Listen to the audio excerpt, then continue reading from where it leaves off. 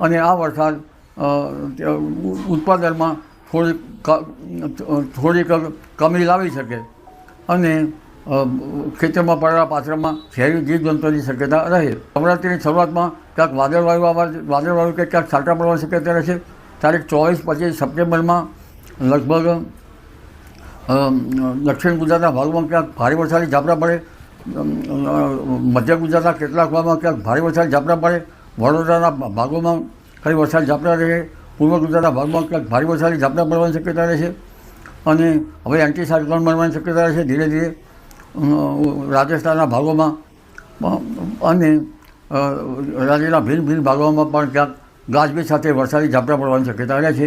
20 અને ક્યાંક 22માં રાજ્યના ભાગોમાં વરસાદ થવાની શક્યતા રહેશે.